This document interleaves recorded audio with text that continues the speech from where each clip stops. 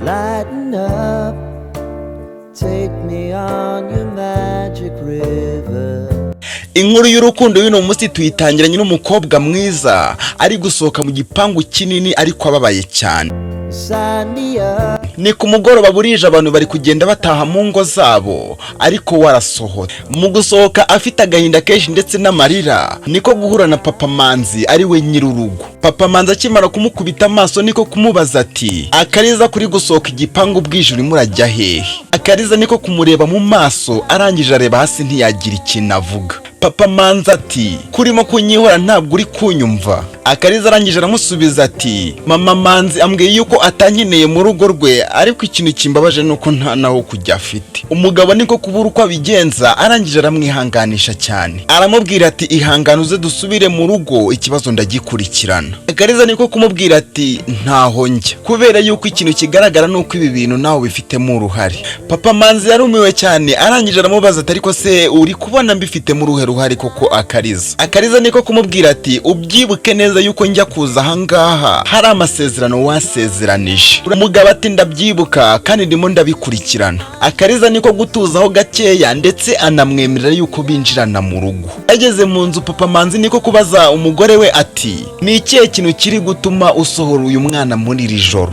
Umugore we ari we mama Manzi niko kwimyoza cyane ndetse n'umujinya arangije amuhera hasi amurebageza ku musatsi ko kumubwira ati ariko se wambwiye niba ari umugore wa kabiri wazanye nabyo nkabimenya. Karabaye. Papa Manzi niko kwishima mu mutwe ndetse abura n'icyo akora niko kubwira umugore we ati icyo nifuza kumenya ni ikintu mwapfuye cyangwa se ikintu cyatumye umusohora muri uru rugo. Mama Manzi niko kumubwira ati uyu mukobwa asigaye afite imico itari myiza, ikindi kandi ntabwo ari ubwa mbere mbikubwiye ahubwo narabikubwiye mbona uragenda ubijenjeka. Ubwo rero kubera ko ari ngiye bibangamiye ninjye nagombaga kugira icyo nkora ahubwo sinzi n'impamvu mugaruye. Papa Manzi niko kubwira Akaliza ati jya mu cyumba cyawe uduhakanye tuganire na madamu. Akaliza aragenda ariko afite agahinda gakomeye cyane. Papa Manzi niko kubwira umugore we ati niko mama Manzi kubera icyo usigaye ufite umutima mubi cyane. Mama Manzi ati umutima mubi ngira nimwe mu wuntera, sinzi ikintu wabonye muri uriya mukobwa. Papa Manzi arababara cyane niko kubwira mama Manzi ati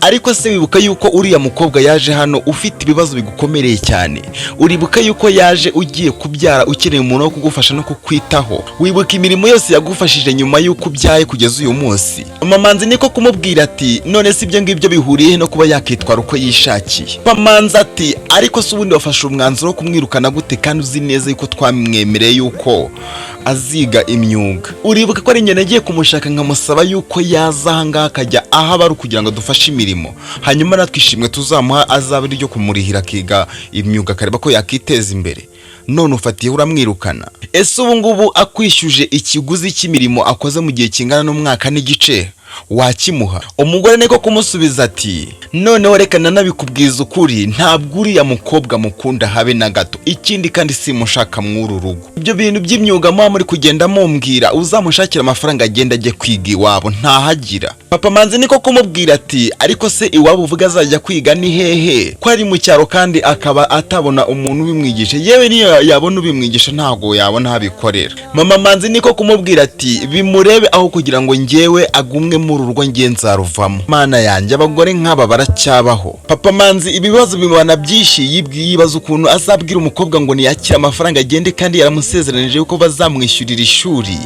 Yumva ni ihurizo rikomeye cyane. Akaliza aho ari mu cyumba nawe arimo aribaza ati kubera iki abagore ari abantu babi koko? Uyu mugore konzi ko ntamubaniye nabi ni ukubera iki ari kungira gutya mana? Nkora nka nitanga nibwira ngo ndimo ndakorera abantu mbafata nk'aho ari ababyeyi banjye, kubera iki bambabaje gutya? Papa Manzi nawe aho yicaye muri saro igitima kiri kudiha ari kwibaza izi ntambara ukuntu azikiza. Ajya kuzana uyu mukobwa ntabwo bigeze bavugana umushahara, bari bavuze yuko azamuha amafaranga cyangwa se azamushakira ishuri akiga ibintu bigendanye no gusuka.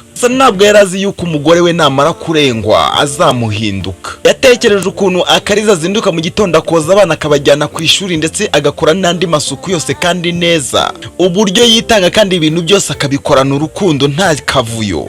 Yumva ntabwo yabona ikintu ahemba Akaliza kandi akaba afite ikibazo cy'uko umugore yavuze ngo akaliza ngo natava mu rugo wararuvamo. Niko kongera kwihanganisha umugore we, aramubaza ati akaliza se waretse tukamushakira ishuri hano hafi hanyuma akajya yiga ataha n'ubundi akaza agakomeza akajya kurikirana imirimo nk'uko yayikurikiranaga. Umugore ati ariko ushobora kuba utacyumva neza, uriya mwana ashobora ko yaraguhumye amaso. Ese ubundi mupanga ibiki bituma ushyuha umutwe gutyo nkaho uri se? Uzi ko wagira ngo ni wowe wamugiriye ku gise. Umugabo niko kumucanga nawe buri kintu akora kandi ari nyir'urugo. Papa Manzi niko kuganiriza akaliza, arangije aramubaza ati ariko se akaliza, ubu ngubu wagushakira ishuri muri uyu mujyi ntabwo wajya ubona ahantu utari ku buzima bugakomeza? Akaliza niko kumubwira ati ntakubeshye muri iyi Kigali niweho naje sangamo nkuzi, nukuri ntago nabona ahantu mba. Papa Manzi niko kumubwira ati ngaho nimutegura amafunguro ya nimugoroba, kino kibazo tuzagikurikirana ejo kandi kizarangira. Kandi akaliza ni wihangane pe, ibi ngibi bizagira iherezo. Akimara kumubwira ngo ibi ngibi bizagira iherezo, madamu we yarabyumvise, niko kumubwira ati si ngombwa yuko wazirwa umujyana ahandi niba ushaka kumugira umugore, navamo rwose akarwinjiramo. Papa Manzi niko kumubwira ati umugore wagiye witonda ko nta muntu ubuzi ejo ko azaba ameze, uyu mwana uri kugira gutya kutazi icyo ejo azaba ari cyo. Mama Manzi niko kumusubiza ati ninde wakubwiye yuko uyu nguyu ari umwana? Umuntu ufite imyaka 22 umwita umwana gute? Abakobwa bangana ubu ngubu ntabwo bubatse ingo kandi zikomeye zimeze neza, naho we nukwirirwa sembera gusa. Umukobwa akimara kubyumva yarongera arababara, aho yari yicaye mu cyumba araturikararira, asenga Imana yibaza ati Mana kubera iki wemera ibi bintu bikambaho? Mana kubera iki wemera Satana kangerageza? Ijoro ryose akaliza abura ibitotsi, akayibona mu gitondo saa 11. Papa Manzi amaze kujya mu kazi, Mama Manzi aravuga ati uyu mukobwa nawe ntabwo yirwa ahangaha ko ndanga yashobora kuzantwara umugabo mbyita ibikino. Mana yanjye, ko gufata ibasi icagasa amazi anyarukira mu cyumba akaliza aryanyemo, arangije yamunyanyagizaho, aramubwira ati byuka ugende utuvire mu rugo. Akaliza niko kurira abura uwamutabara. Mama Manzi amwikoreza ibage y'imyenda, arangije amubwira ati dore nuko waje abari nakugenda, nta bagore babiri babana mu nzu imwe. Akaliza niko kumubwira ati ariko Mama Manzi ko nzi ko tutabanye nawe uri kumpora iki, ko ntawe ufite ho kujya wanditse wambabariye koko? Mama Manzi niko kumusubiza ati ndabizi neza yuko ufite ababyeyi bawe kandi bombi basanga ugende mubane pfiriya mu cyaro. Umukobwa aramusubiza ati ariko se ubu ngubu urabona ntunguka imbere y'ababyeyi gute? Kuva nagera ahangaha naririnze sinigeze mbaka n'ibintu by'imyenda, urabona ko n'inkweto zashiriyeho, ndagenda mbabwire yuko nabaga mu bantu. Mama Manzi niko kumubwira ati ndabona wanze kumva ku neza, reka nze nkwereke ukuntu mbigukorera neza. Yari rukasa agenda afata umukoropesho, umukobwa abonye agiye gukubitwa asohoka yirukanga. Ageze ku gipangu umugore yakomeje kumwirukankaho, asohoka ari gutabaza, ariko umugore ageze ku gipangu ahita ahagarara aragikinga. Umukobwa ahagaze inyuma yacyo, agahinda karamwica buri uko abigenza. Yaramanutse ageze mu muhanda, aragenda ageze nko mu ntambwe 100, hari umusore mwiza wari utwaye imodoka nziza amugezeho arahagarara. Arangije aramubaza ati wa mukobwa mwiza yo kubabaye cyane wababajwe n'iki? Umukobwa yarebye hasi araceceka, abura ikintu amusubiza kubera agahinda k'ibyo yarabashije kubona, ndetse nuko atari yakira yibaza ahantu agiye kujya byamucanze. Umusore yaramubwiye ati basi ngwino wicare mu modoka nkugeze hano imbere. Akaliza mu mutima aravuga ati wowe uri muntu ki wangirira impuhwe? Akaliza yakomeje kubitekerezaho, birangira umutima umwemeje kuba yajya mu modoka. Akimara kugera mu modoka akicara, umusore yese amuhereza agatambara amubwira ati ngaho hanagura amarira. Baragiye batavugana kubera ko umukobwa yari yanze kuvuga, ariko bageze imbere umusore aramubwira ati ngiye nitwa Stiven, none se wowe bakwita ndi? Umukobwa niko kumubwira ati nanjye nitwa Akaliza. Stiven niko kumubwira ati ntabwo ndi bwirirwe nkubaza byinshi ko ndabiruzi yuko ubabaye kandi ibintu byakubayeho nabirebaga, ahubwo ndashaka kukubaza akabazo gatoya. Akaliza niko kumureba, arangije aramubaza ati ibibazo byambayeho wabonye ni ibihe? Umusore niko kumubwira ati uko umeze muri aka kanya ubwabyo bigaragaza yuko ufite ibibazo ndetse bitoroshye. Ikindi kandi uriya mugore uburyo yakwirukangagaho nabirebaga kuko ndi guturuka hari hakurya, ahubwo muri aka kanya nifuza kukubaza ikintu nagufasha muri aka kanya, sibyo mbwira. Umukobwa niko kumubwira ati ibyo ukoze birahagije kandi Imana iguha umugisha, ikindi kandi izabiguhembere. Umusore bageze imbere aramubwira ati dore nangantuye ku iki gipangu mbana na mushiki wanjye, bibaye byiza waza ukahagera ukanamusuhuza. Akaliza ati ntabwo bishoboka rwose, nushaka undeke nikomereze nigendere. Stiven ati uko byagenda kose uri umukobwa wo gufashwa, nkurikije ukuntu nakubonye, nkurikije nuko ndi kukubona, ntabwo nagutakunzira gutyo ngo ngende. Mbabaruze wihangana uganire na mushiki wanjye, kandi ndabizi neza nuza kongera kumera neza uze kuza gukomeza urugendo nta kibazo. Akaliza niko kwitekerezaho ati nta kibazo reka tugende. Umusore niko kumutwaza ibage baragenda. Bageze mu rugo Stiven abwira mushiki we ati uyu mushyitsi umwiteho kandi umufashe ikintu cyose ari bukenere. Mushiki we rwose arabyishimira cyane kuko abonye ari akana keza cyane rwose baganira ndetse bakanisanzuranaho. Mushiki we ati karibu sister. Nyuma y'iminsi 2 Akaliza niko kubwira Stiven ati ndikumva maze kuruhuka nagenda. Stiven ati nta kibazo kugenda, ariko ukwiriye ko wareka tukabanza tukagirana ikiganiro ubundi amakuru yawe. Ese uriya mugore wawe kwirukangagaho n'umukoropesho ni mama wawe ni iki cyawe? Ese numara kuva ahangaha ufite gahunda yo kujya hehe? Umukobwa aramubwira ati ibyanjye ni inkuru ndende, ntabasha kukubwira akanya gato ngo bite birangira, icyakoza nakunyuriramo. Kavukire yanjye ni Rusizi mu Bugarama. Uriya mugore wabonye nyirukankaho n'umukoropesho nta kintu dupfana. Umuntu tuziranye ni umugabo we kubera yuko avuka iwacu mu cyaro nawe. Stiven ati none se hari wahageze gute? Ese kubera iki yakwirukanye? Umukobwa ati nkimara gusoza kwiga nabuze akazi. Umugabo w'uriya mugore yaje mu cyaro angira inama yo kuba nakiga imyuga. Namubwiye yuko nta mafaranga afite, ambwira yuko naza mu rugo nkajya mufasha imirimo kubera ko umugore we yarananiwe yitegura kubyara. Hanyuma nyuma yo kubyara akazafasha kandi hira imyuga nkiga. Narabafashije imirimo nkajya nkora nk'uwikorera ntiganda muri byose. Umwana amaze gukura ageze ku gihe kigeze n'amezi 8 nibwo umugore yatangiye kunshotora ndetse akanyereka yuko atankeneye mu rugo rwe. Ni ibintu byinshi ntago nabivuga ngo mbirangize. Finali byo wabashije kwibonera ni kuri byagenze. Yanyirukanye ambwira yuko atankeneye mu rugo rwe. Stiven niko kugira gahinda kenshi cyane, arangije aramuhobera cyane aramubwira ati humura, uri umukobwa mwiza kandi umukobwa udakwiriye kwirirwa yirukanka imisozi. Iki nicyo genga Imana isubiza isezerano ryawe. Guhera uyu munsi ubuzima bwawe bugomba guhinduka. Genda wicare hariya utekereze ikintu ukwiriye gukora hanyuma uzambwire. Umukobwa yaratekereje arangije aramubwira ati ahubwo ngiye numva ikintu wagakwiriye kuwufasha, nubundi warafashije kandi ndagushimiye, ariko kuyisho ndi kumva wampatike nkitahira nkareka kubagora.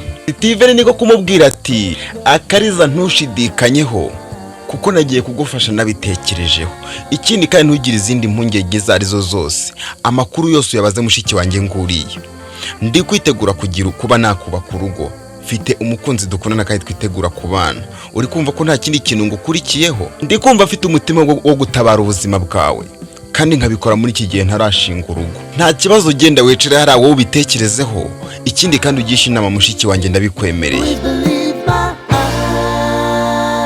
Stiven niko kubaza Akaliza ati none se mukobwa mwiza umaze kumenyera? Akaliza akamusubiza ati maze kumenyera rwose nta kibazo ufite kandi mwarakoze cyane kuntabara. Abasore beza bakugira umutima nk'uyu nguyu ntabwo bakibaho. Natunguwe n'uburyo witwaye mu kibazo cyanjye kandi Imana izabiguhembere. Stiven niko kumureba mu maso arangije aramuhobera. Arangije aramubwira ati ntabwo uri umukobwa wo kuba watereranwa, kandi uko byagenda kose buri hari ikintu cyatumye Imana iduhuza. Umukobwa Akaliza yumvise yishimye cyane, arangije nawe aramuhobera aramubwira ati warakoze cyane. Kuri uriya munsi yo ntabasha kukubona, sayizi ngizi sinzi ahantu mba ndi.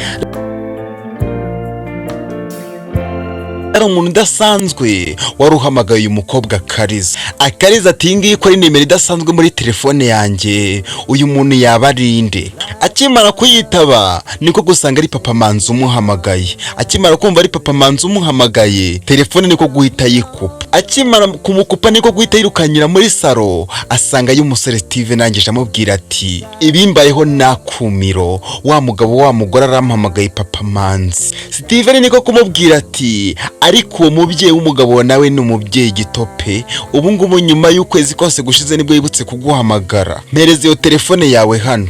Akaliza ukwiriye kumenya yuko ukwiriye gutangira ubuzima bushyashya kandi ubuzima bufite intego. Uwakugiriye nawe ntagakwiriye kukomeza kumenya amakuru yawe. Niyo mpamvu iyi simukadi yawe ngiye kuyikuramo nkaguhereza simukadi ugomba gukoresha. Ahari nugira amahirwe kuzongera guhura nabo warakomeye ntabwo bazongera kugusuzugura. Ngaho genda witegure ndetse ubwiye na Garase mwitegure kuko mukanya ahantu nifuza yuko twaza kujyana. Mbere yuko akaliza agenda niko kubwira Stiven ati iyo simukadi yanjye yimereze nyibikira hariho amanimero menshi cyane nzajya nkenera kuvugisha. Nk'urugero hariho nimero za mama ndetse hariho na nimero za papa, hariho na nimero z'inshuti zanjye zigiye zitandukanye. Gusa mu by'ukuri nanjye mba numva nta kintu n'iki na kimwe cyakongera kumpuza n'uriya muryango none ahangaha kuko barasuzuguye birenze. Stiven niko kumubwira ati akira ariko ntukayishyire kuri rezo sishaka ko uriya muryango uzongera kukuvugisha. Hari ibintu bikwiriye kubanza bigahinduka ku buzima bwawe.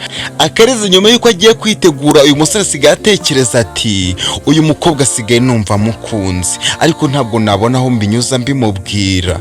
Gusa reka mbanze mushakira akazi. Ubwo nabonye yarize ibintu bigendanye n'ikiganga ntabwo namuburira akazi. Wenda iby'urukundo nzayimubwira tutakibana, ubanza aribyo bitamubangamira. Gusa mu gihe bano bakobwa bari kwitegura akaliza niko kubaza Garase ati Garase musaza uko yambwiye yuko afite ubukwe nibyo koko ese buri gihe ki? Garase niko kumva atungwa arangije aramubaza ati none si ibyo ngibyo bikubwiye gihe ki? Akaliza ati yabimbwiye muri cyagiye muri ya minsi nari ngeze ahangaha ariko mbwira ngo singira impungenge zo kuba yantabaye cyangwa se ngo nkeke yuko hari ikindi kintu runaka ankurikiyeho. Ambwira yuko afite umukunzi bakundana ndetse bari kwitegura no kuba bakora ubukwe.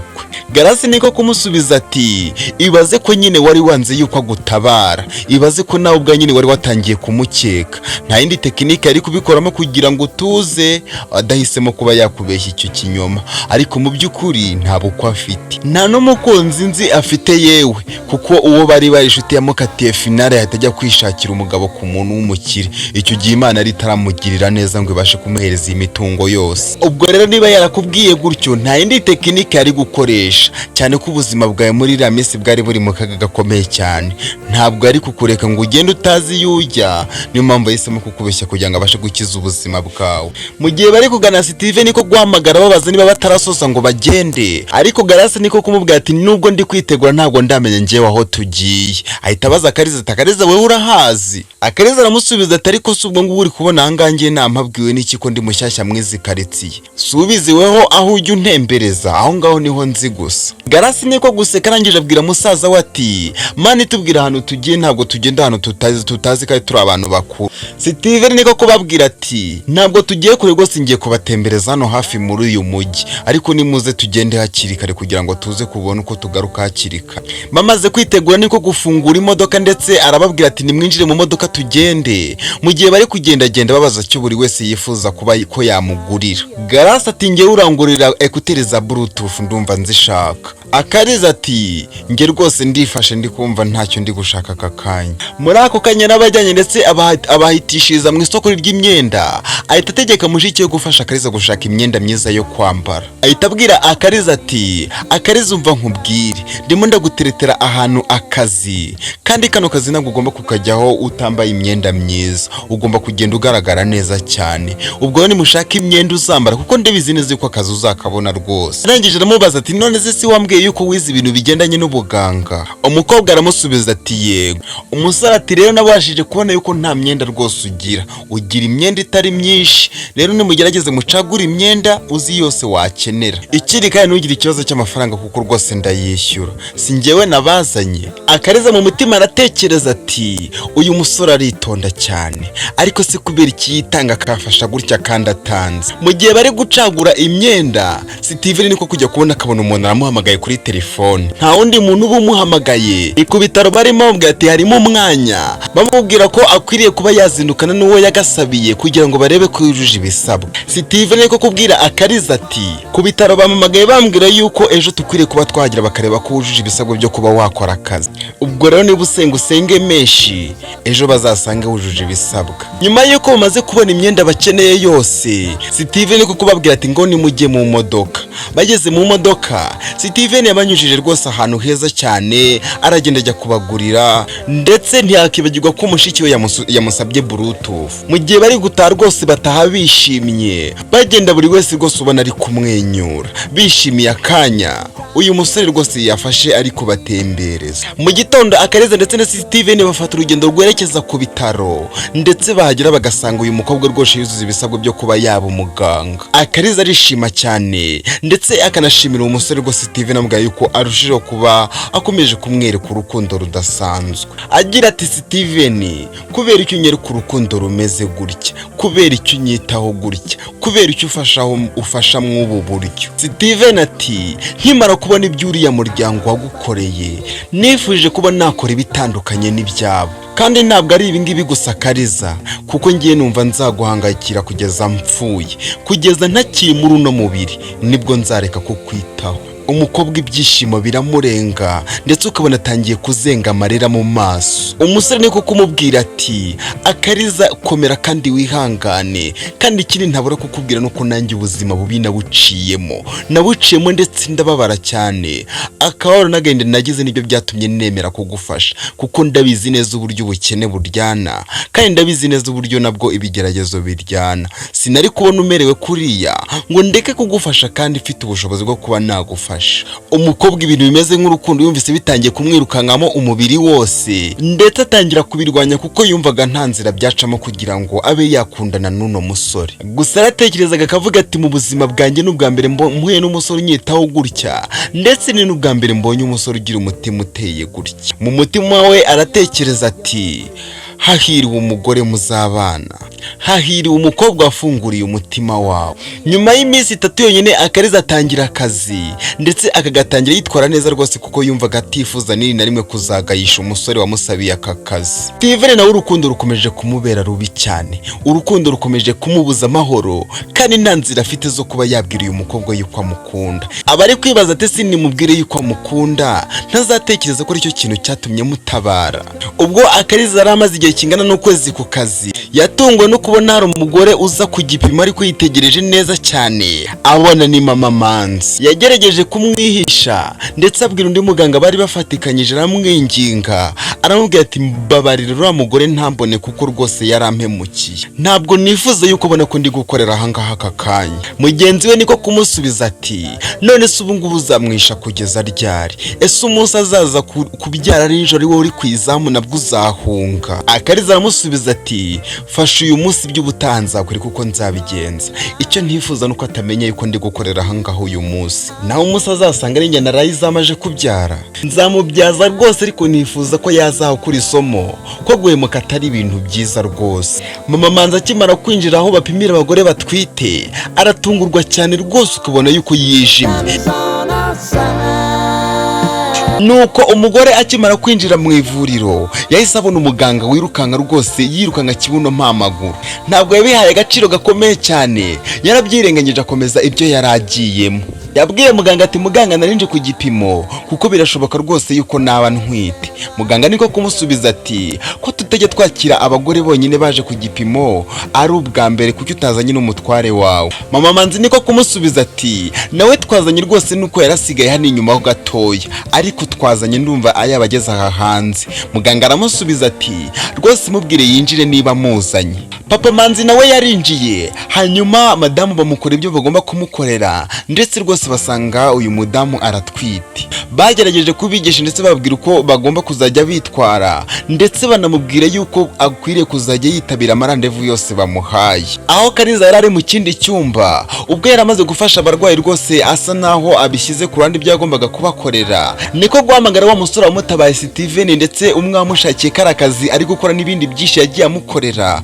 Arangira amubwira ati ibyo mpuye nabyo nakumiro. Stiven niko kumubwira ati nyuriramo numve rwose ndi kumva afite amatsiko, gusa nizere ko atari ibintu byakwangije cyangwa se ibintu byakugiriye nabi, kuko ikintu cyose cyakugirira nabi ntabwo nanjye nagiha amahoro. Akaliza ati wapi, ntabwo ari ibyo ngibyo, ahubwo nari ndi mu kazi nk'ibisanzwe, ndi gukorera abarwayi nk'ibisanzwe, ngiye kubona umuntu wa mugore wamemukiye aje kwivuza. Stiven niko guhita amubaza ati none se yakubonye? Umukobwa niko guhita amubwira ati wapi nagerageje kumwisha, ntabwo nifuzaga yuko ambona aka kanya, numvaga iki ngiki atari cyo gihe cyo kuba yambona. Stiven niko kumubwira ati wakoze akantu k'ubwenge rwose uze gushakisha uburyo twahura nkugurira akantu. Akaliza ati yego se, ati wareka tugeza tubipanga se mu kandi kanya kari buze kuzashoje akazi. Stiven niko kumubwira ati nta kibazo rwose, dore ko ari n'ibindi nifuza kukubwira, kuko ntabwo nifuza kuba twaserebura gusa ko wabashije kuba wacitse uwo muntu, ahubwo hari n'ibindi bintu nifuza ko twaganiraho,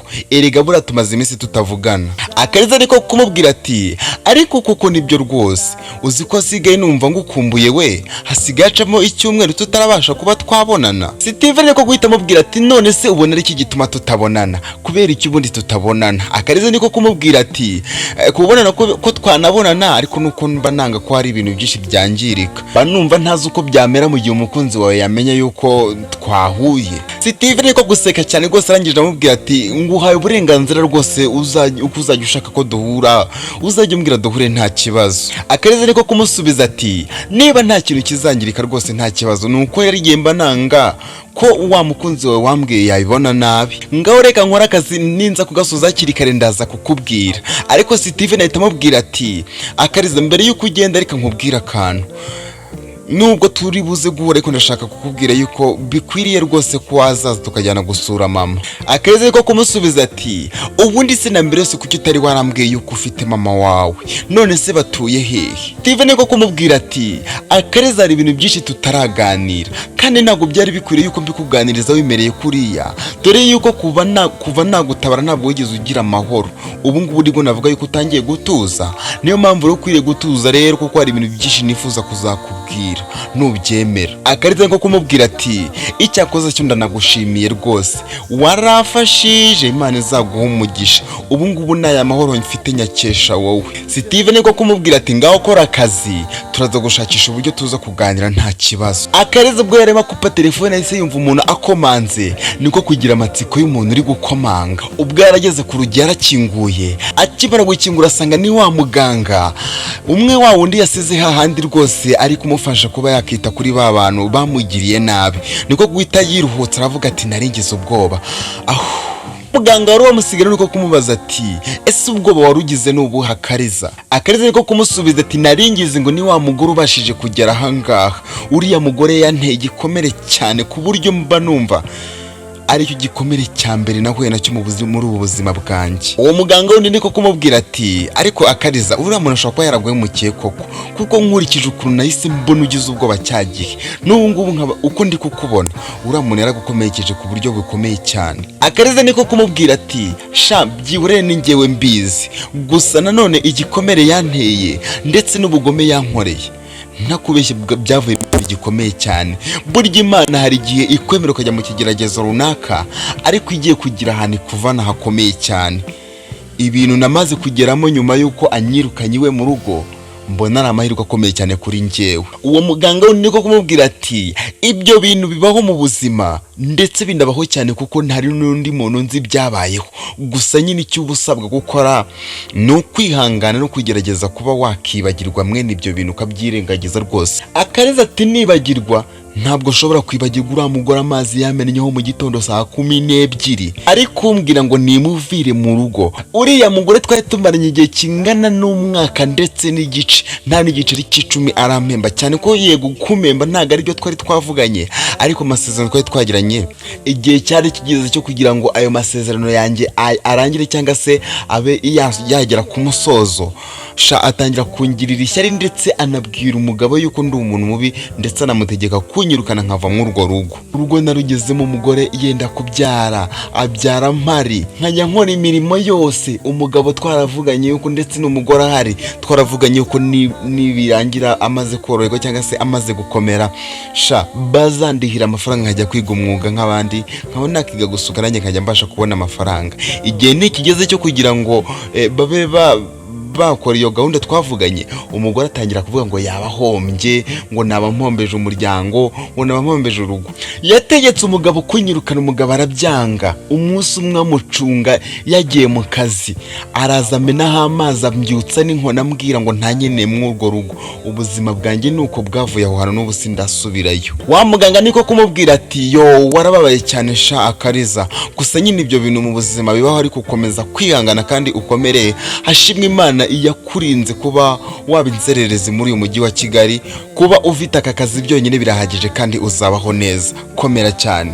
Akaliza ariko kumubwira ati ndi kubona amasaha ari kugenda kandi n'amasaha yo gutaha ndi kubona ari kugenda yegereza, reka tugire ibyo dushyira kuri gahunda kugira ngo tutaza kubura ukuntu tutadusize ibintu kuri gahunda. Naho ubundi byanjye ni story ndende rwose, kireka ashatse igihe kinini nkicara nkayikubwira, ariko ntago ari ibintu napfa kuvuga akanya ngo ndangize. Gusa icyo nshima Imana ko kakanya meze neza cyane. Naho uriya mugore we igihe azaza kubyara nzamubyaza, kandi nzamubyaza rwose ibintu bigende neza, ariko azakura isomo ry'uko guhemuka nta cyiza cyabyo. Akaliza ubwo yarashoje akazi yahise ahamagara wa musore Stiven, amubwira ati nasoza akazi. Stiven niko kuza kumureba kugira ngo bagire ahantu bajye kuganira. Ese Stiven yaba yenda kuba yahita amubwira yuko amukunda cyangwa nabwo arabyihorera? Reka twikomereze inkuru yacu kuko igeze ahantu heza cyane. Stiven rwose yahise ahagera aje kumufata. Umukobwa nawe yari yamaze kwitegura rwose, buri kimwe cyose akishyize kuri gahunda, yamaze kwitegura rwose kugira ngo ahite yaba yasohoka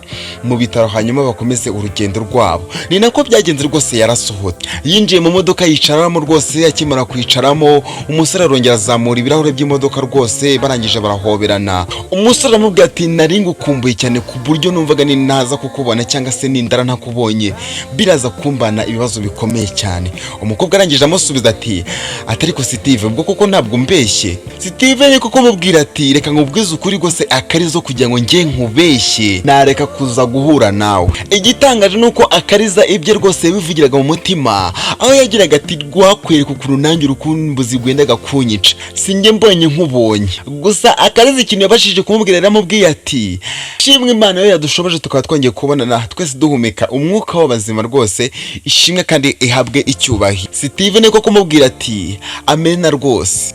Barakomeje baragenda ndetse bajyana ahantu heza Stiven yari yabashije gutegura atandukanye n'ahandi yari yateguye mbere. Akaliza akimara kuhagera yumvise umuziki uhari n'uburyo hateguye, aravuga ati ahantu ko ari heza cyane Stiven ati bitewe n'ikiganiro tugiye kugirana numvaga nari nkwiye gutegura ahantu hameze neza rwose. Akaliza arishimye cyane, ariko ku mutima rwose yari afite ikibazo gikomeye cyane, ariko uvuga ati cyama amahirwe cyo gukundana n'umusore umeze nk'uyu nguyu. Igihe cyose yibukaga yuko uyu musore yamubwiye ngo afite umundi mukunzi ndetse ngo afite n'ubukwe, yumvaga nanone afite igikomere cya kabiri ku mutima.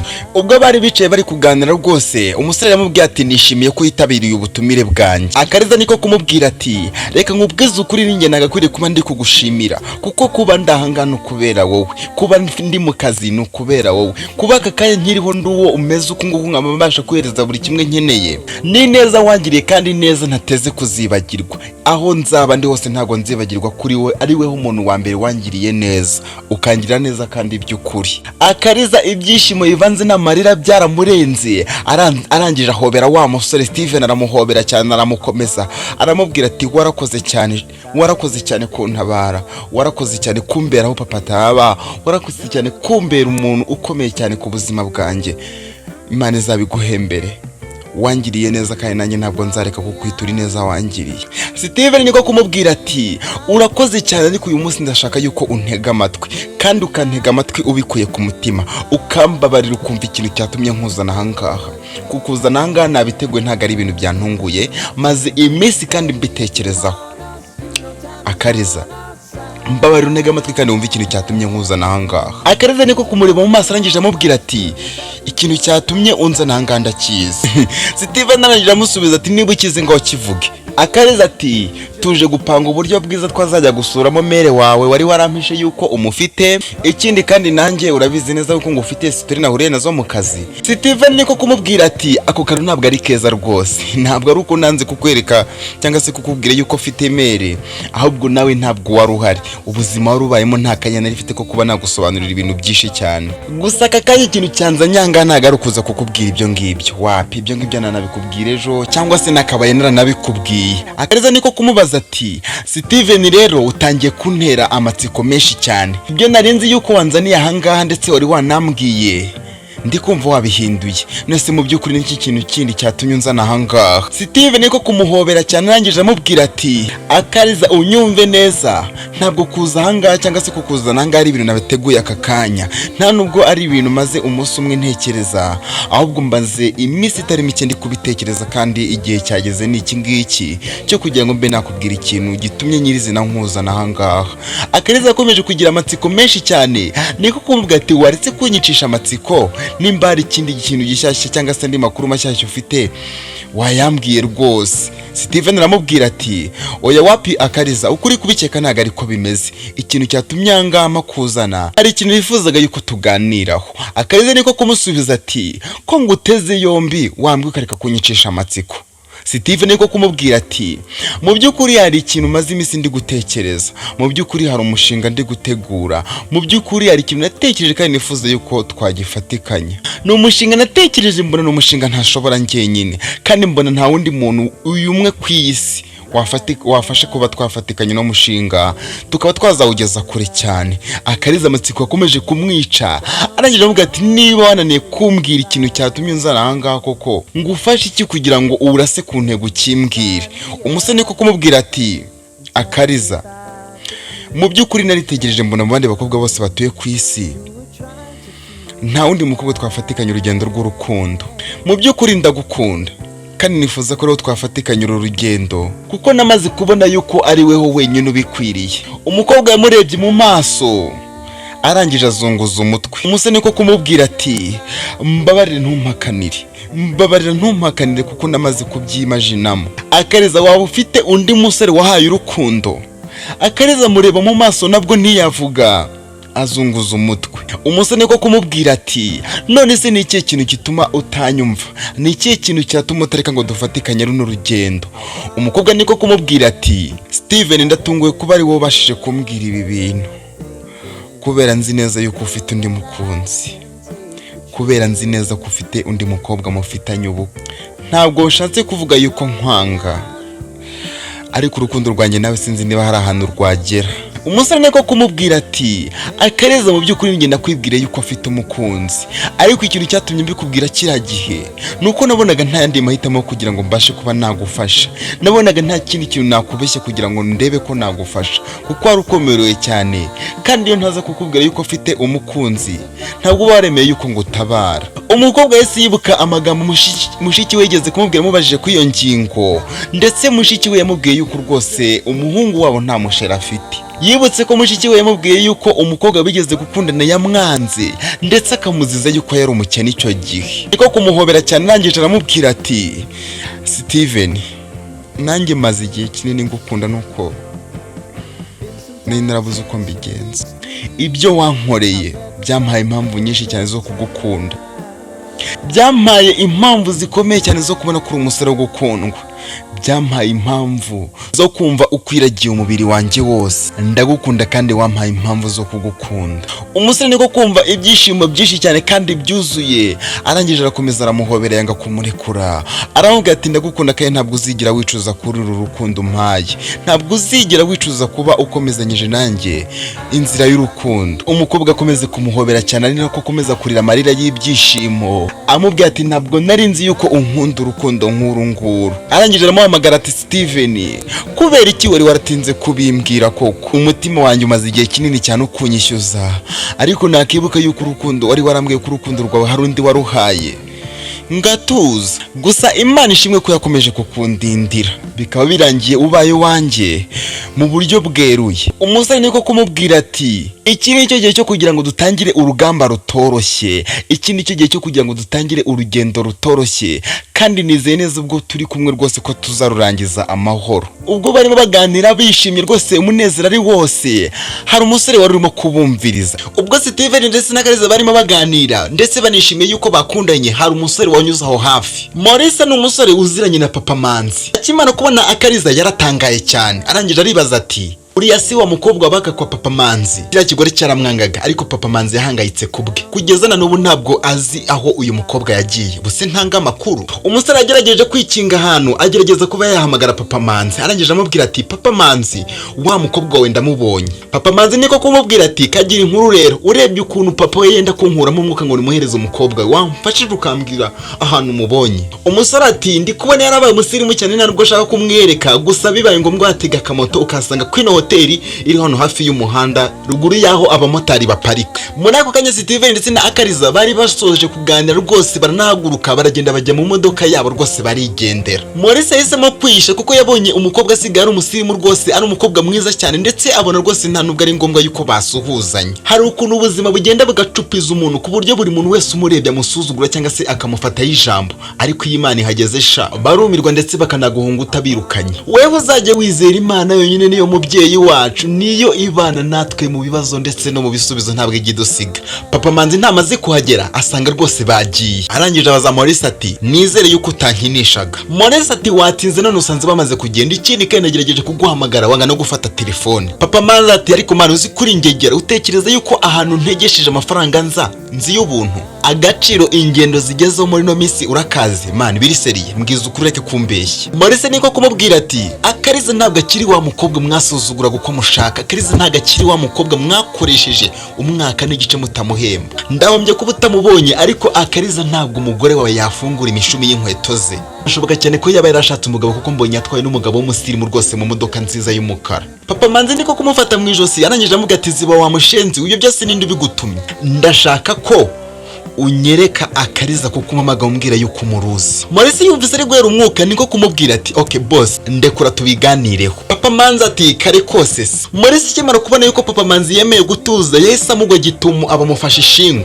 Maze kumufata ishingo aramuniga, niko kumubwira ati wakigora igihe kuki umuntu ashaka kuba yakugira neza ugashaka kwitwara nabi. Umugabo yagerageje gusaba imbabazi, ariko Maurice yari yamaze kumva yariye, yaramukanze kugeza ubwo umwuka waheze. Yamukaraze izosi, arangije amuga ati ariko ubundi wakwica ko nta kintu maze kwisi usibye ubugome bubuze wowe n'umugore wawe. Yabonye agiye gushira mu mwuka, amusiga aho ngarangira amuga ati genda uzapfe uzagwe ku bandi. Bajya bavuga ngo iyo ugize ineza cyangwa se iyo ugiriye neza mugenzi wawe, iyo neza ishobora kuba yakugarukira, ariko iyo ugize inabi, iyo nabi nayo ishobora kuba yakugarukira. Kuri uwo mugoroba abantu babashije kunyura aho ngaho, babashije kuba bakora ubutabazi. Se biraza kurangira gute? Stiven na Akaliza bo bari bibereye mu munyenga w'urukundo, bari mu modoka bari gutaha. Akaliza byamwanze munda, niko kubaza Stiven ati ubundi kubera icyo utari warambwiye mbere yose yuko nkunda bigatuma undisha umutima gutya? Stiven ati hari igihe wari usanzwe unyanga. Akaliza niko kumureba mu maso, arangije amubwira ati yego. Stiven ati ye. Umukobwa ati oya nagukundaga, ariko ndabizi neza yuko ugiye kumbaza impamvu ntari narabikubwiye,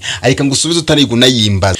Usibye kuba mu muco nyarwanda nta mukobwa ukwiriye kuba yafatira ya mbere ngo ajye kubwira umusore yuko amukunda, wari warambwiye yuko ufite umukunzi. Icyo kintu urakibuka? Stiven niko kumubwira ati aho ngaho ndatsinzwe, ariko inkundo zo basigaye bazisaba da. Akaliza niko kumubaza ati none se nawe bajya bazigusaba? Stiven niko kumirwa, arangije amuga ati wapi ntabwo byambaye, ahubwo nagerageje kuba narabonye abasore bagenzi banjye byagiye bibaho, mbona we ko nyine bibaho. Akaliza niko kumubwira ati niba bari banahariye umunsi rwose mbahaye karita rouge, natsinze igitego cy'umutwe, sibyo shu? Stiven niko kumubwira ati nibyo kuko rwose urugendo rukomeye cyane twese twagiye turutsinda ku mpande zombi, kuko ubu ngubu uri uwanjye nanjye ndi uwawe. Bakomeje kugenda baganira paka Stiven amugejejeho aho yarasigaye acumbitse. Batandukanye bagikumburanye ku buryo buri wese atifuzaga kuba yatandukana n'undi, gusa byari ngombwa kuko batari basezerana ngo bemeranye kubana nk'umugore n'umugabo wenda bajye bararana. Mu gitondo cya kare mbere y'ibindi byose Akaliza yabanje kureba muri telefone, niko kwandikira umukunzi amaze uko yaramutse, ndetse umukunzi waza kumubwira yuko yaramutse neza cyane. Akaliza niko kumubwira ati ngiye kujya ku kazi, ariko ndabizi neza yuko ndi bugukumbure, kuko n'ubu ngubu nuvaga twakomeza tukivuganira, nuko ngiye kujya ku kazi, gusa nyine uze kwihangana uza kubona ndi kugutesha umutwe cyane, urukumbuzi ruraza kuba rwanyishe. Stiven niko kumusubiza ati wagize ngo se ningiye worohewe, gusa nyine turaza kubyitwaramo kigabo, hari igihe kizagera rwose ntuzajya dukumburana gutya, tuzajye tuba turi kumwe 5 kuri 5. akaliza niko kumubwira ati ayo mahirwe ndayategereje cyane mukunzi wanjye, nizere yuko rwose Imana izabidufashamo ntibirambirane. Akaliza ariteguye ajya ku kazi. Ageze ku kazi yasanze muganga yaragiye gusimbura wari waharaye yamaze kwitegura ngo agende. Niko kumubwira ati akaliza rero akoze kuza usanze amaze kwitegura kandi ngiye.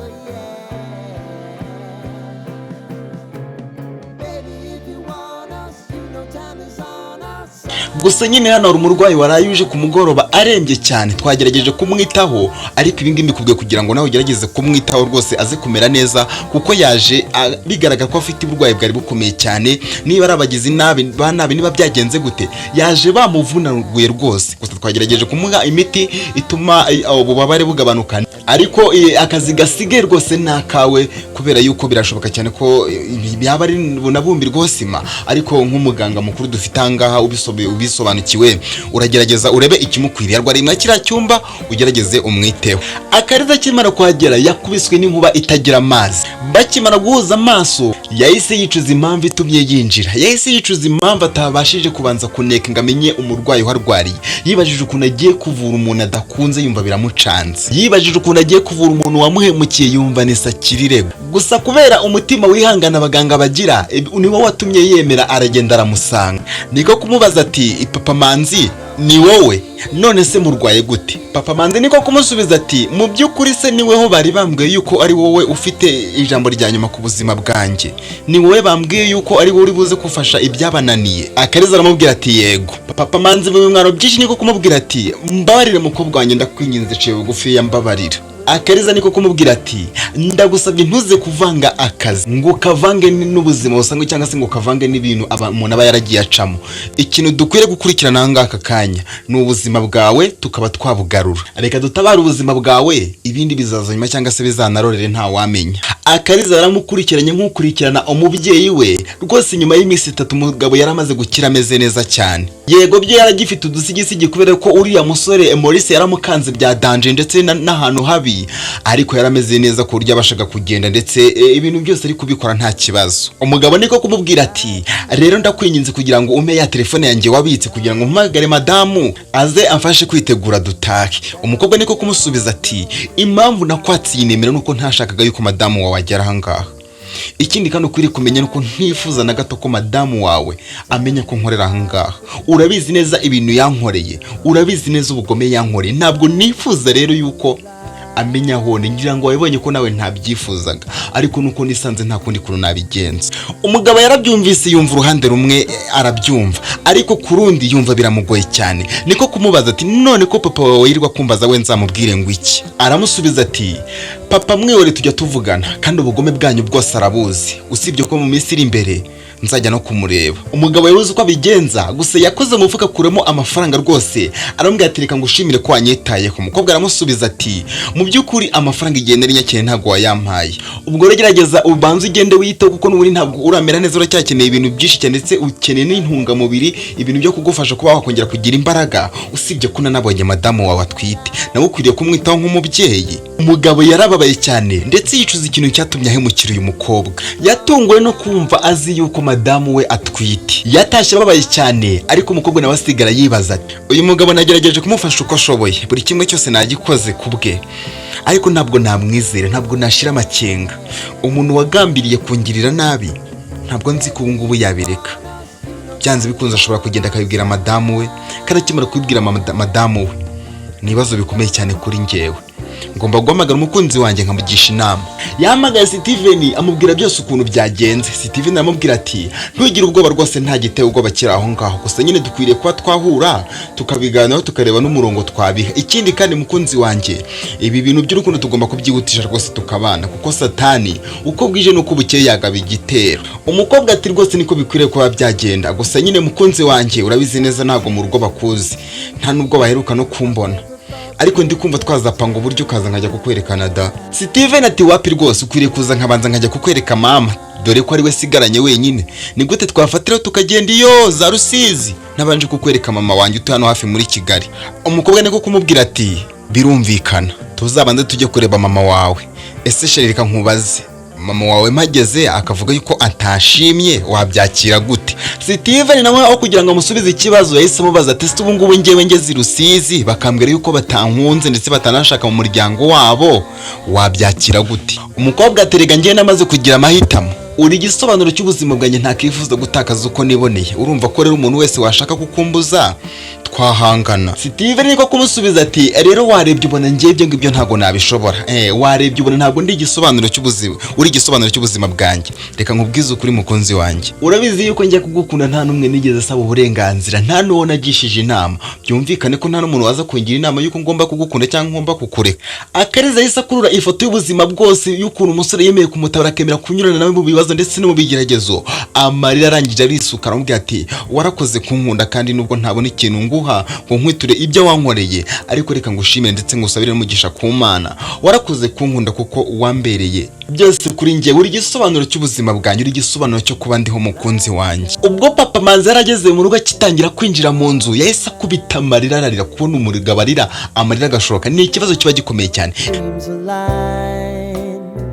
Ubwo Akaliza na Stiven bari bakomeje kwiganira amagambo meza y'urukundo, wa mugabo wari kwa muganga nawe yaratashye. Papa manzi wari umaze iminsi 3 mu bitaro yageze mu rugo asanga umusore wamukubise ari we Maurice arahari rwose ngo yaje mu bantu baje kumwakira. Papa manzi akimara kumukubita amaso yahise yumva yijimye ndetse yumva ameze nk'umuntu kubiswe n'inkuba, niko kumureba cyane. Ariko Maurice aritangunwa n'umugabo ati rwose mubyeyi wacu nagombaga kuza kukwakira kubera yuko rwose urabizi niwe wowe wizize, nubwo byagenze kuri urabizi neza yuko ntakwanga ndagukunda cyane, gusa kandi ciye bugufi rwose wumve yuko ngusabye imbabazi pe, nanjye narigaye nyuma ariko nta kuri nari kubigenza kuko nawe wari umereye nabi. Umugabo nta kundi yari kubigenza, yari yimere nabi rwose yumva ataranamara gukira neza, niko kumubwira ati nta kintu abantu b'abagabo bapfasha ndakubabariye. Mama manzi niko kubaza Maurice atari kubundi Maurice ko hamagaye umugabo wanjye umubwira ngo ugiye kumwereka Akaliza, ubundi byarangiye gute, byari byo koko cyangwa ni ya mitwe y'abiki gihe? Maurice ati ngenda namwibone kandi niba munamushaka muzambwire n'ubu ngo nzamubereka kuko nzi uburyo ngiye nabikoramo nkongera nkamubona nkamubereka. Papa manzi niko kubabwira ati rwose murapfu busane mutuze mbaha amakuru njyewe niboneye n'amaso yanjye. Madamu wanjye Akaliza watesheje umutwe, Akaliza wanze, Akaliza wagiriye nabi, Akaliza wabujije amahoro ukamubuza n'amahwemo,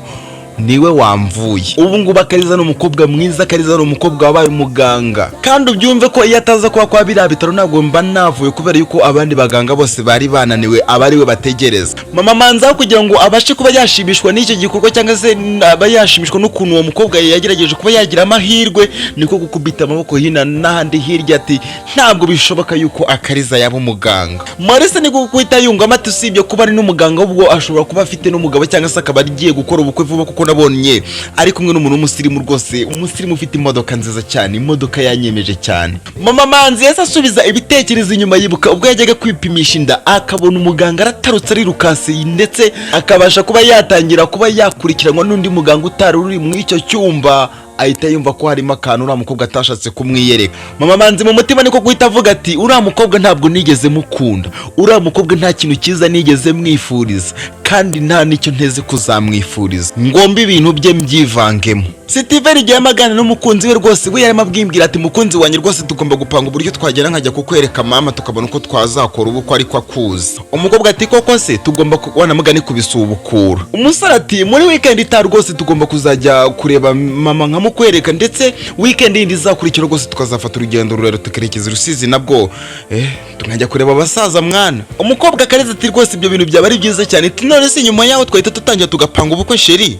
Umusore ati ikintu kidutindije ni ibyo ngibyo naho ibindi byo rwose urabizi ni ukwikora. Bakomeje imyiteguro ndetse nyuma y'icyumweru umukobwa bamujyanye kujya kureba nyirabukwe. Bamaze kuhagera barishimye ndetse bashiki b'umusore batangira kugenda bamwenyura. Mama wabo wereka da utumwanye dutangira kuza, ariko ikigaragara cyo nuko yari afite amakuru. Mushiki we babana n'umusore yari yarabatelefone yababwiye ati rwose mama rwose umusore wakundana n'umukobwa mwiza ufite imico ukunda. Ubwo yarahageze cyangwa se ubwo bari bahageze bose barabakiriye ndetse nyuma yo kubakira umusore afata ijambo. Mama wanjye rero nyuma y'ibintu twanyuranyemo, nyuma y'ubuzima twanyuranyemo ndetse na nyuma yo kuba wambaza ibibazo bigiye bitandukanye, ese umukazana ari ryari, dukeneye umukazana, dukeneye abana, dukeneye abuzukuru, uyu munsi nafashe umwanya kugira ngo nze kukwereka uwo nakunze twenda kubana.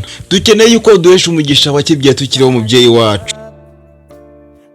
mama Stiven ati rwose bana banjye ndabishimiye kandi rwose uyu mukazana rwose yumve rwose ko tumuhaye ikaze kandi turamwishimiye twese. Bashiki be rwose barishimye cyane ndetse bavuga bakoma mu mashyi bishimira ko rwose babashije kuba babona umugore mwiza kandi umugore bizeye. Birori byaje kurangira rwose barataha bajya kwitegura kuzajya iwabo w'umukobwa i Rusizi guturuka i Kigali. Mama Manzi we akomeje gushakisha ikintu cyatuma ababaza uyu mukobwa. Yavuze ko atishimiye ibye byose bishatse kuvuga ngo n'ibirori ntaga byishimiye. Mama Manzi niko guhereza amafaranga atari make ya umusore Maurice kugira ngo abashe kuba yamushakira amakuru y'uriya mukobwa yose, niba na ngombwa yigira inshuti ku mugabo cyangwa se ku musore bakorana kugira ngo rwose babashe kuba babona amakuru y'umukobwa cyangwa se babashe kuba bafatisha umukobwa rwose bitagoranye. Maurice amubwiye yuko rwose akaza muhaza agashobora kandi azagakora neza cyane. Maurice niko gutangira gushakisha amakuru ya Akaliza ndetse n'umusore witwa Stiven. Gusa nubwo byari bimeze gutyo, Akaliza yarakomeje guteguza famiye ye, mama we ndetse na papa we babwira yuko afite umushyitsi w'akataraboneka. Niko gutegura rwose ahantu hagiye hatandukanye ndetse babwira abavandimwe yuko bafite umushyitsi w'akataraboneka bafatikanya ko mwitegura. Maurice we yarakomeje gushakisha amakuru yiwe ndetse akomeje no kuyashyira wa mama kugira ngo amwereke yuko rwose ari mu kazi neza. Mama Manzi ubu ngubu namaze kumenya neza Akaliza ahantu atuye ndetse afite n'andi makuru ya danje. Ubu ngubu arimo aritegura kuzajya mu cyaro ngo kwerekana umusheri bakundana kandi nta wundi agiye kwerekana ni wa mubosi nababwiraga. Abanyeshuri ni babi cyane. Mama Manzi isi rwose arwara umutwe biragaragara yuko rwose isereri imufasha.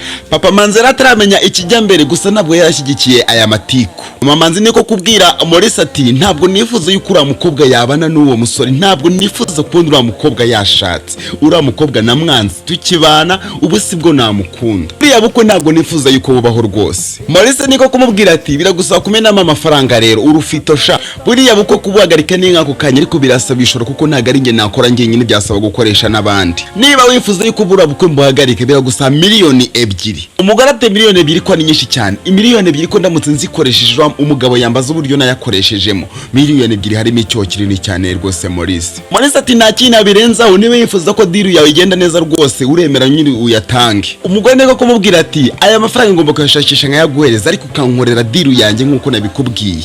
Bwo kugira ngo mubone ari umugore yubatse urugo namwumva ari umurambo cyangwa se nkamubona ari umurambo. Maurice niko kumubwira ati wowe ubahiriza amasezerano yanjye nawe ibindi bimbaze mu minsi 2. Umugore amafaranga yaramubariye ariko ya minsi 2 ishize nta kimenyetso yabonye. Umukobwa nubwo barimo bumuhigira hasi hejuru muri weekend yemo yitegura kuzajya kujyana umusore wabo mu cyaro. Gitano kimwe Mama Manzi yagize gutya baza umutware we ati mutware mwiza rwose ndashaka amafaranga kujya gukoshereza umwana dore turi hafi kubyara. Umugabo wati hari miliyoni 2 naguhaye ububitse ugerageze ukuremo aba ayubukoshereje umwana hanyuma ibindi tuzabipanga nyuma. Nubundi ndikona umushinga wo kubaka kiriya kibanza ntabwo na wipeve ya muri no misi kuko rwose nta mafaranga ari ubukene bumeze nabi. Gusa nuzakuremo amafaranga arengeje 500. Mama Manzi yibutse yuko ayo mafaranga yatanze mu gikorwa cy'ubugoryi. Umutima waradishye ariko arihangana arashinyiriza aravuga ati nta kibazo ngomba kuyakuramo. Maurice nubwo abitse amafaranga yo kuba yajya kugirira umukobwa Akaliza nabi ariko umutima ukomeje kumwangira. Igihe cyose ateguye igikorwa kibi umutima ukamurya cyane. Weekend yaje kugera Akaliza amanukana umusore Stiven agiye kumwereka ababyeyi be mu cyaro hariya i Rusizi. Ubwo bari bahageze bamanutse mu modoka nziza cyane ya Stiven rwose cyangwa se y'umuryango barahageze barabishimira cyane. Mama Akaliza ati mwana wanjye rwose twari tukwishimiye cyane. Akaliza ati ndaje rwose kandi nziye rimwe. Baberetse ibyiciro bicaramo rwose baraganira ndetse baganira ibintu byiza cyane. Akaliza ageze gutya anyarukira mu cyumba hamagara mama arambwira ati ngino nkubwire. Arangije amubaza ati mama wanjye si rwose uriya musore uri kumubona gute? Papa ntabwo ari buncishe mwijisho. Mwana musubiza ati nimba aramushimye nakagushima kubigaragara rwose bigaragara yuko uriya musore nta kintu abaye. Ikindi kandi uburyo agaragara n'uburyo yambaye bigaragara ko ari umuntu wubaha Imana. Mu mutima Akaliza yumvise yishimye cyane kuko yamaze kumva ko rwose umusore byanze bikunze ari buze kwemerwa. Yari afite ikibazo cy'ukuntu yamujyana bakamwanga. Umunsi wagenze neza cyane ndetse biza kurangira umugabo cyangwa se papa wa Akaliza cyangwa se ari we sebukwe wa Stiven abasengeye rwose ndetse anabahesha umugisha. Ati bana banjye turabashyigikiye kandi tubari inyuma.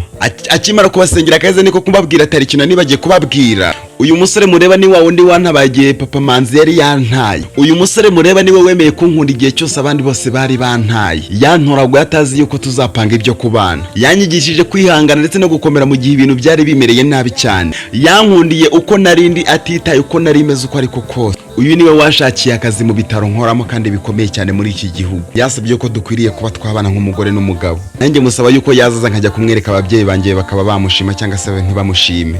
Aka kanya ikintu ushimye Imana nuko rwose namwe mu mushimye ndetse mukambwira yuko nta kibazo. Ndumva nezerewe cyane.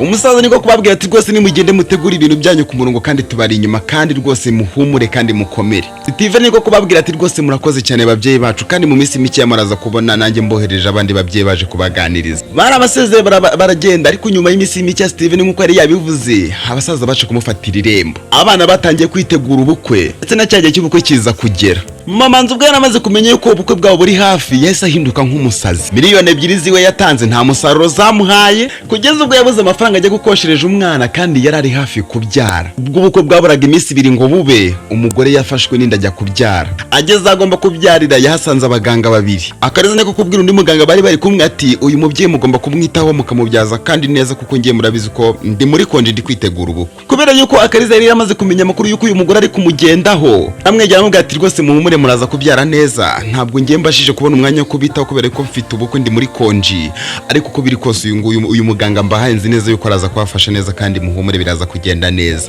Umumama umujinya waramwisha ari kunda arangije azunguza umutwe areba hasi. Byaje kurangira ubukwe bubaye kandi buba neza cyane kubera yuko mama manze kubyara byagoranye bigasaba yuko abyara bazwe. Yaje kuva mu bitaro ubukwe bwaraye bubaye. Umugabo niko kumubwira turamo ariko rwose birashoboka cyane ko azajya kumurerera iwanyu. Kubana n'umugore udashobotse ndabirambiwe. Nari nzi yuko wakora ibindi byose ariko ntubigerekeho ubusambo. Kumva ngo miliyoni 2 twateganyije kubaka ikibanza yose warayariye ntiwasigaza nayo gukoshereza umwana nagahinda gakomeye cyane. Uhamagare nyoko aza kujyane. Umugore ati nubwo namuhamagara bwose rero ugomba kubishakira Akaliza nkamusaba imbabazi kuko ndumva ashaka kuba namusaba imbabazi narangiza wanashaka nkipfira. Umugabo azunguza umutwe arangije amubwira ati uwo si wowe mama manzi watumye ngaragara nabi imbere y'uriya mwana kandi bitari bikwiriye. Usibye urukundo nagukunze rwonyine rwatumye ubu ngubu nakabaye nkiri kumwe na muri twakabaye twaratandukanye. Gusa kuri iyi shoho nta kibisibiza pe, ngomba gutandukana nawe kuko kugumana nawe nta kiza cyabyo. Umugore ratakambye ndetse asaba imbabazi nyinshi cyane. Byaje kurangira muhuje na Akaliza kugira ngo ajye gusaba imbabazi. Inkuru yacu yaje kurangira Akaliza ari mu rugo rwiza cyane rutagize ikintu kibuzemo.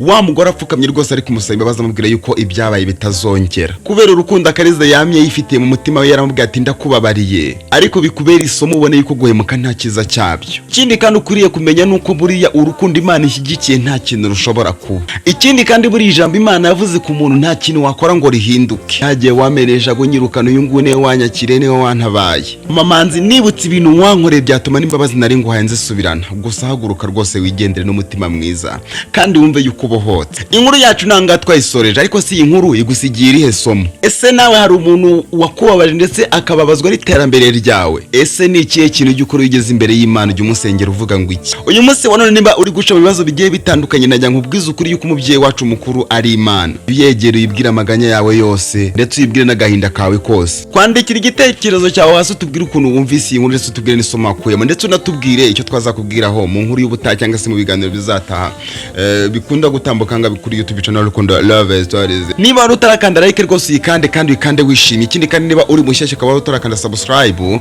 uyikande kandi bikugufungura inzoga kugira ngo buri kiganiro cyose gitambutse anga cyangwa se inkuru uzajya ubasha kubibona kandi ubibonere ku gihe. Mwari muri kumwe nk'ibisanzwe ni Urukundo Damas. Reka tuze gura mu yindi nkuru nshyashya nziza cyane ndi kubategura rwose kandi yo muzakuramo isomo rikomeye cyane kurenza. Imana ibamugisha ndabakunda.